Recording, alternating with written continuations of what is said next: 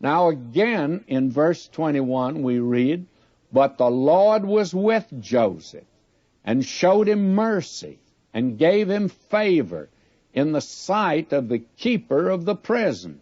And the keeper of the prison committed to Joseph's hand all the prisoners that were in the prison, and whatsoever they did there, he was the doer of it. The keeper of the prison looked not to anything that was under his hand, because the Lord was with him, and that which he did, the Lord made it to prosper." Now, the hand of God is certainly obvious and seen in this man's life, but over against it is these terrible things that happened to him. Now he finds himself in prison. How discouraging that must be, or would have been, to the average person.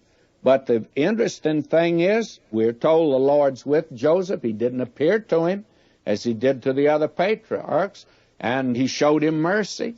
And lo and behold, Joseph found favor here with the keeper of the prison.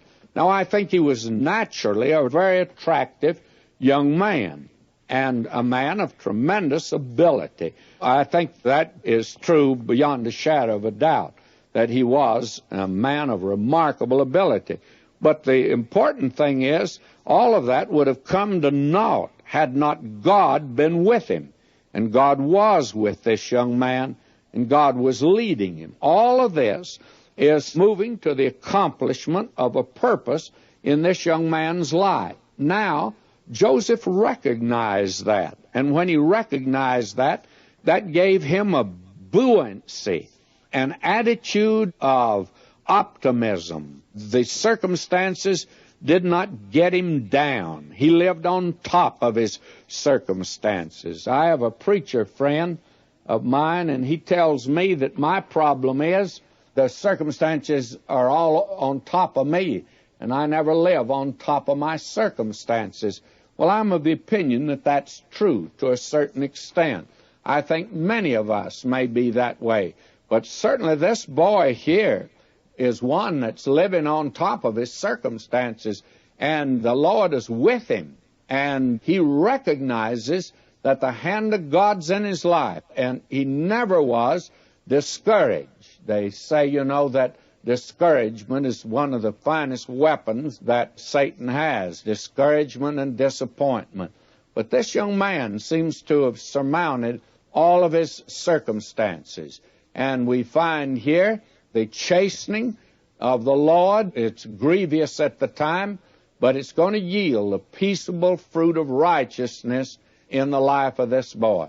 Now, the thing is that the story of Joseph reveals that every man does not have his price. Satan says he does, but there have been several men that Satan couldn't buy. Joseph was one. Job was another. Paul the Apostle was another.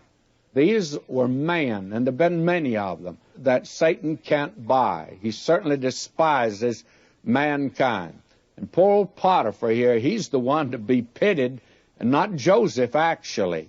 And it's a good thing Joseph is out of that home, but God's moving in his life.